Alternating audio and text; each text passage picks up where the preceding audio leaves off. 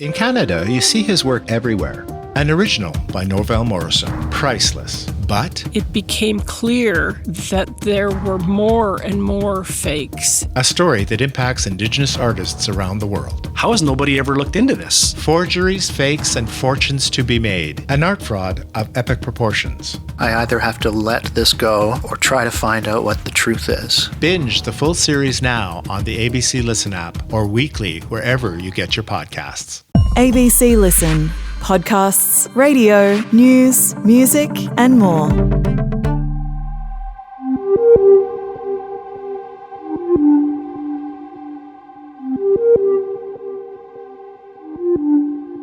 We were expecting serial killer James Vlassakis to be on parole right now, but we have just learned there's been a hold-up at the final hour. I'm Stephen Stockwell. Welcome to the case of Snowtown Parole. The body's in the barrels and now the body's in the backyard. 11 people killed by the so-called Snowtown murderers. James Vlassakis was involved in 4 murders between August 1998 and May 1999, serving life with a minimum of 26 years. The youngest of the 4 men jailed over the murders has applied for parole. Victims' families say he should never be released. I'm astonished that we've even considered parole. Serial killer James Vlassakis is currently in parole purgatory. We had been expecting his parole to start on Monday at the end of a 60-day review period, but at the final moment, a review of that decision was lodged by the South Australian Attorney General. To break this down, we are joined by senior ABC reporter James Wakelin. James, this is pretty big news. It is big news, Stocky. I mean, it's not something that happens every day where the Attorney General actually asks for a review. So, yeah, certainly pretty interesting stuff. Yeah, we've also got Brice here as well from the Adelaide newsroom. Beck, were you surprised by this decision and this move? I wasn't entirely surprised. It does feel a little political to me. I mean, we're 5 months out from an election here in SA, so it wouldn't be a great look for the government to have a freshly paroled serial killer in the community going into that election. Keen to talk a bit more about some of the decisions around that and kind of what's motivated this, how it's unfolded. There really is a lot to unpack in this episode. I mean, I won't lie, I wasn't expecting this at all. I thought that James Vlassakis would be released into the pre-release centre this week following some sort of procedural steps. So, yeah, really keen to get a bit more from both of you here. Firstly, what does this decision mean for James Vlassakis? Well, effectively, he stays in prison. He's in low security at the moment, and that's where he'll stay until this whole review situation gets determined. And corrections can still manage his day-to-day life in low security, so they can, manage the activities that he can do and whether there's anything that he can do externally. When you're in a low security setting, sometimes you have that capacity to leave jail and do volunteer work and things like that. Interestingly, looking at the legislation, it seems as though he would have actually had to have been served the notice of this review personally, so they would have had to actually take it to him in writing to let him know that he's not getting out straight away. Wow. The drama of this is actually something that has surprised me, as well as the decision itself and the review itself. I mean, this has all happened incredibly late in the process. So there was a 60-day review period where, as we mentioned in our episode on Tuesday, the South Australian Attorney General, the South Australian Police Commissioner and the South Australian Victims' Rights Commissioner could have requested a review of the parole decision. And, yeah, we found out from Parole Administrative Review Commissioner Michael David KC that the review for this came in on the last day, final moments of this, thanks to the great work of our executive producer Claire Rawlinson, who was trying to chase up the details of this as we were publishing our episode on Tuesday, and then obviously found out about this a little bit later. I mean, James, Beck, how unusual is something like this? Oh, it is quite unusual, and Stocky, to be honest, I probably led you to the conclusion that there wasn't going to be a review. I was in that camp myself, so made the wrong call there, and I thought the Attorney General, from some of the comments he'd said earlier, had perhaps started leaning towards maybe there wouldn't be one. He talked about how serious the offending that Vlassakis had committed was, but at the same time saying that Vlassakis was a really, really important prosecution witness, and it was important to make sure that those prosecution witnesses would come forward into the future.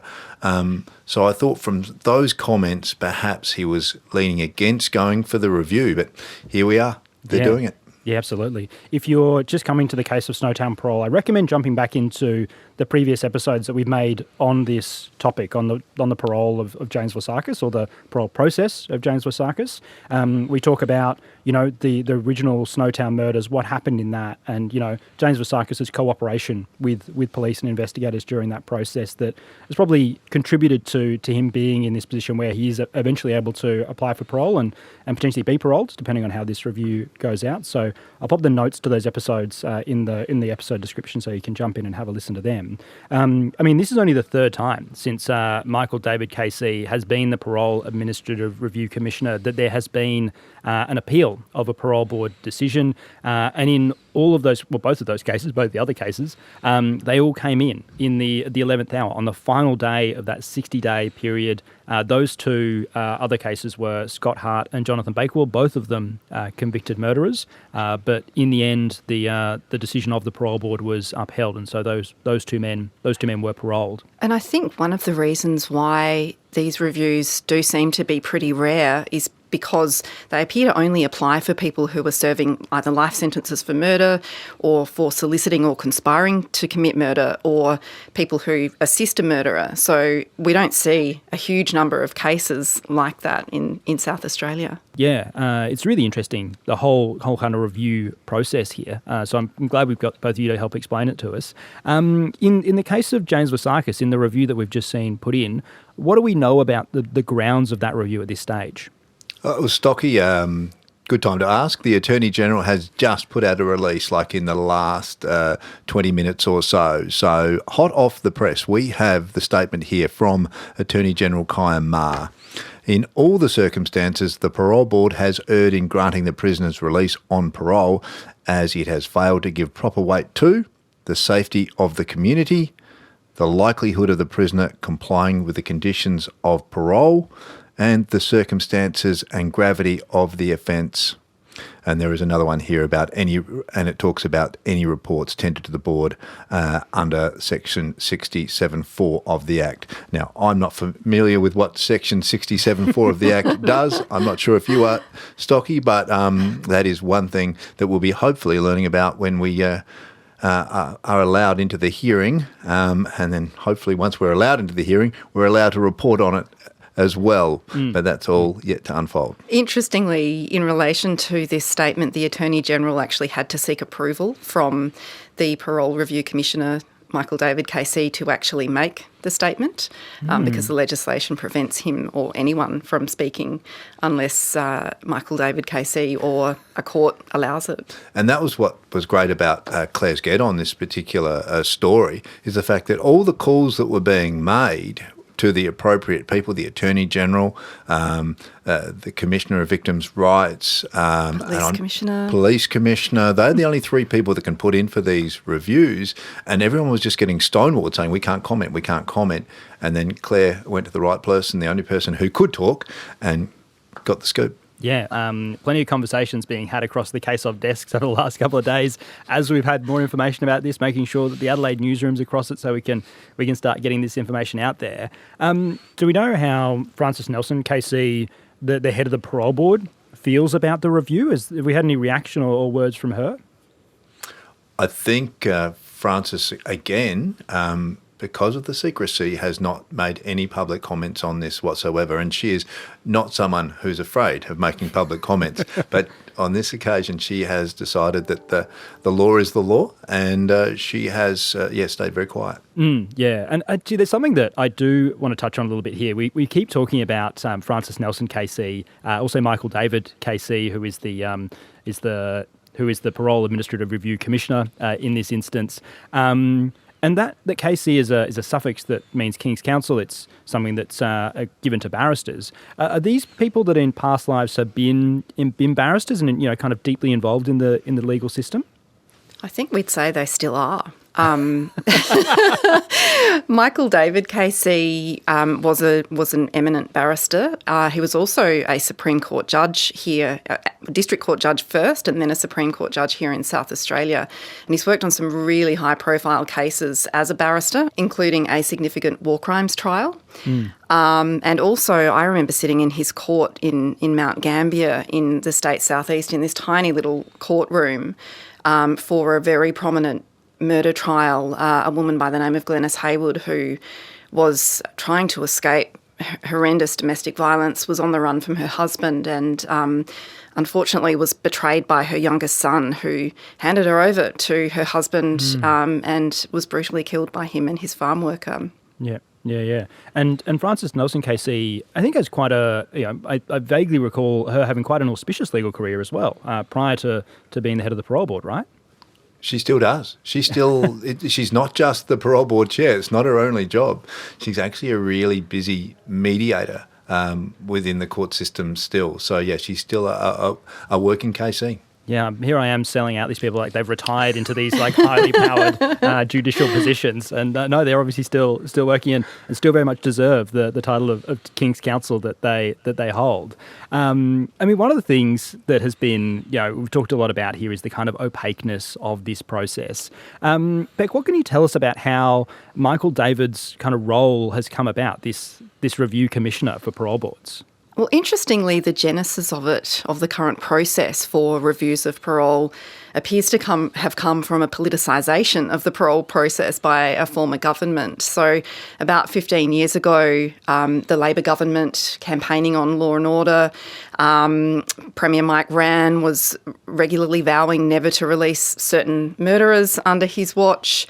And in doing so, they decided to create a power for the government to veto parole decisions. So they legislated to enable the government to say, if a person has been recommended for parole, a life prisoner has been recommended for parole, that they could veto it.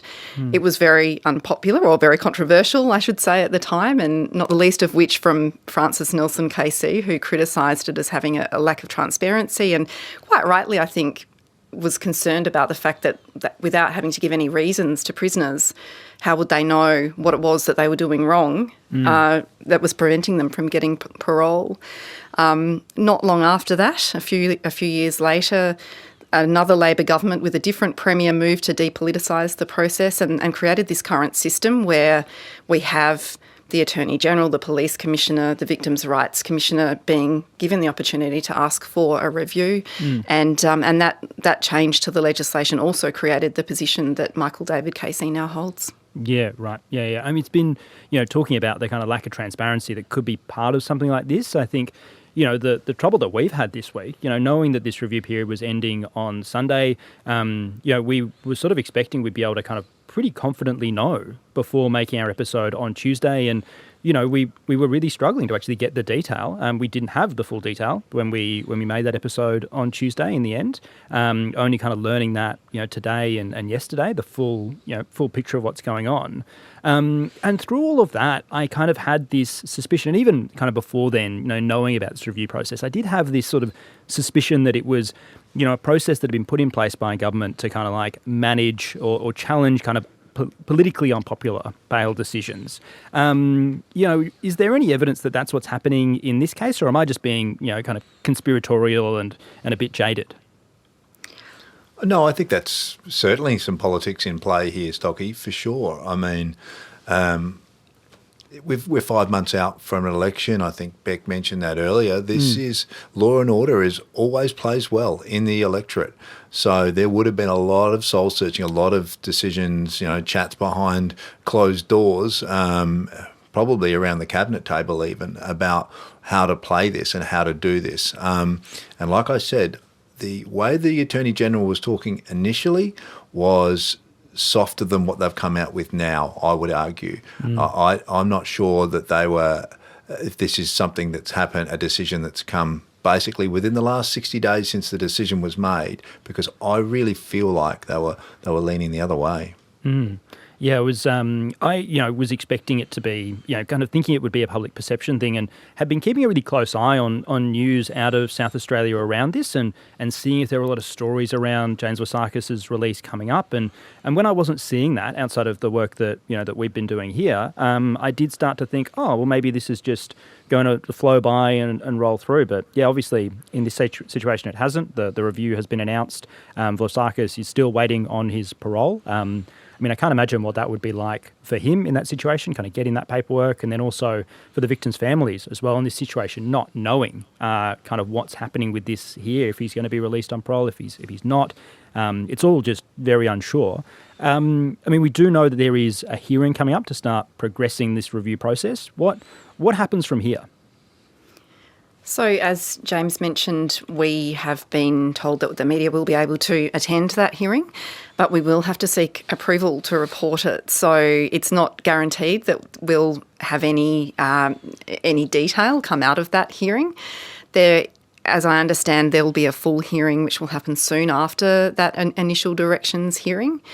Under the legislation, the parole board will have to provide written reasons for granting parole, and they also have to provide any documents that might be relevant to the Commissioner's review. Mm-hmm. He also has to do it as quickly as possible, which I'm sure the government would prefer that he takes maybe 5 or 6 months. But it doesn't sound like that will happen.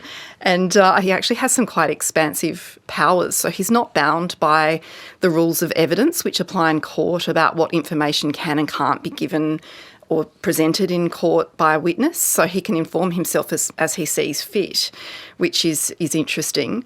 But he must act according to equity, good conscience and the substantial merits of the case without regard to legal technicalities and forms, whatever that means. Right. And one thing that did interest me, Brice, was this idea of whether or not the review would proceed. Can it be just stopped at the directions hearing? What is your understanding on that one? So he has to give due weight to the parole board's decision and not depart from it unless there are cogent reasons. So potentially it sounds as though that could be the case if in that directions hearing he's satisfied that there are no cogent reasons to depart from that decision. And ultimately he can decide to approve the parole, he can reject the parole, he can make any variations to the conditions, and he can actually then also send it back to the parole board for reassessment. So there's plenty of options. Yeah. This is something that has only just happened. Again, we're talking in the last couple of days. We've only just got the grounds for this as well, in the last hour or so. Have you got any feeling, it's only been such a short time, but any feeling on, what the public or community reaction has been to the review or the appeal? There hasn't been a lot of time, like you say, for there to be public reaction. And the best person who can give public reaction, the Commissioner for Victims' Rights, is effectively gagged under the legislation. So it's been difficult to really get that. And there's not a lot of victims' families that actually speak. A lot of them have either died or have been so traumatised over such a long period they no longer want to talk about it publicly. Yep. A lot of the debate online seems to be favouring keep him in prison, which is perhaps not surprising in a case like this. But there are a handful of people who were saying, look, he's done his time, he helped out, let him out. So it's a little bit split. Yeah, people do raise it with me, as you can imagine, because we've been covering this for a long time. People do raise it publicly, and I think there is some sympathy that perhaps because of the fact that he did help convict the more serious offenders. I know he was found guilty he pleaded guilty to 4 murders, so it's not like he's a minor offender, but he certainly helped convict the major offenders involved in the Snowtown murders. So there is some sympathy that he should be able to then live somewhat of a more normal life now that he's into his 40s.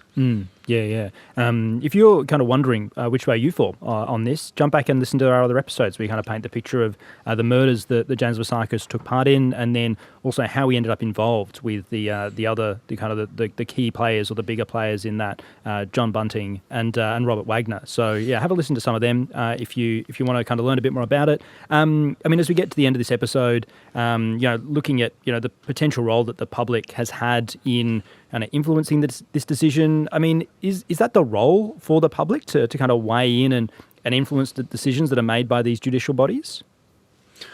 Well, I guess they're entitled to an opinion, not just the general public who have to then live with these people when they're out in the community, but also, of course, the victims' families. They're all entitled to an opinion, and I think there is an argument that some of that weight should be included, but whether or not the law sees it that way is another matter. Yeah. We are getting a lot of questions sent into the case of inbox, the case of at abc.net.au, and there is one, James Beck, I'd love to quickly put to you. It is from, in fact, Beck. Probably not you, Beck. You know the answer to this one. You'll answer. Dorothy Dixer. You'll answer it for Beck. Beck writes, "Hi, Stocky, James, and Beck. Congrats on another great instalment of the case of. It's great to learn about so many different aspects of the criminal justice system in such an engaging way.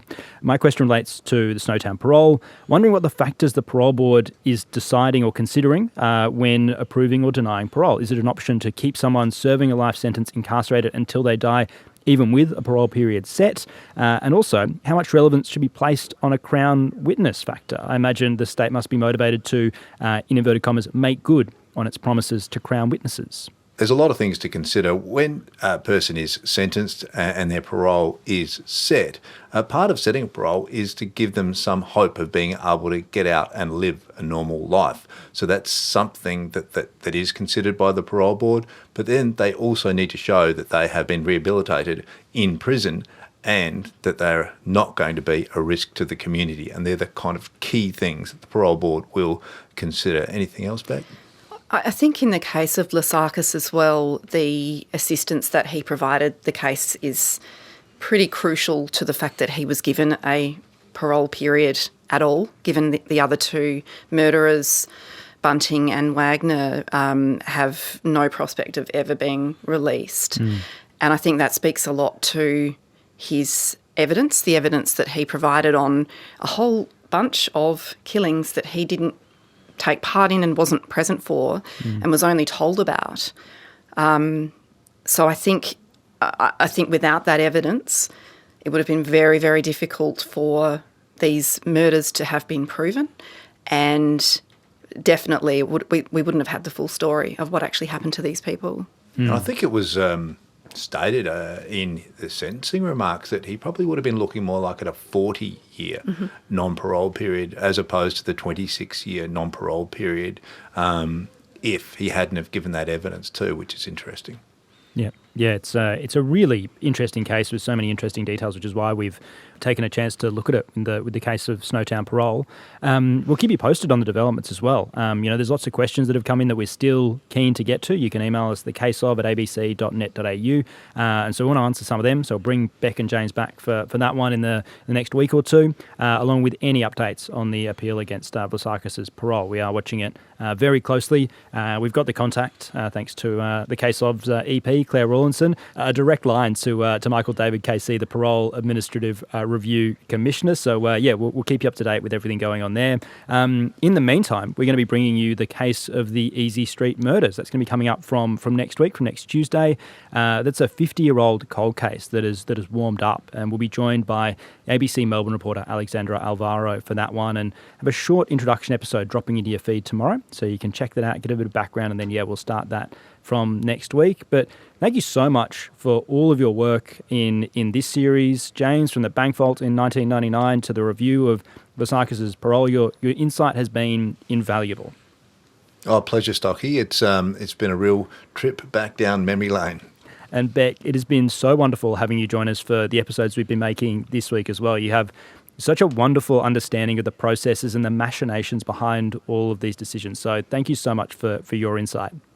Thanks for having me, Stocky. I'm looking forward to hearing the next case. Yeah, well, I'll be back in your feed tomorrow to introduce the case of the Easy Street murders. We'll start that next Tuesday, so make sure you grab the ABC Listen app. And if you're looking for something to listen to on the weekend, we did have an email to the Case of inbox saying, is there any other great ABC podcast that I should be checking out? I would recommend diving into the re-release of Unravel's first season, Blood on the Tracks. I had a really great chat with Alan Clark about this. That was in your feed yesterday that's popped up. So jump back, have a listen to that and one of the episodes to get a feel for what that is. And some of the new detail that the inquest has uncovered is quite incredible. So jump on that. Obviously, if you're not an ABC Listen person, that is fine. It's sort of looked down upon, but it is okay. I understand it's not available overseas. If you're using a different podcast app, please give us a rating or a review if you're so inclined. Maybe Unravel too, if you enjoy that. It makes it so much easier for people to find those episodes and those podcasts.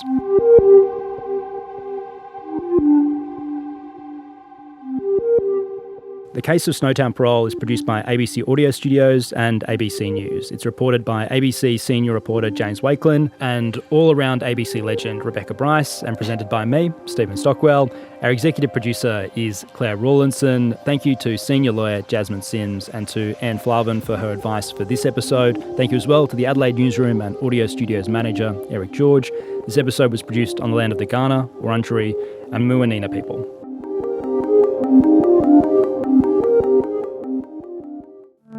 Hi, I'm Sam Hawley, host of ABC News Daily.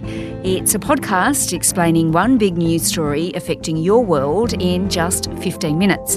From ABC investigations to politics, the cost of living, to major global events. Expert guests and journalists join me to explain why the world works the way it does. Follow the ABC News Daily podcast on the ABC Listen app.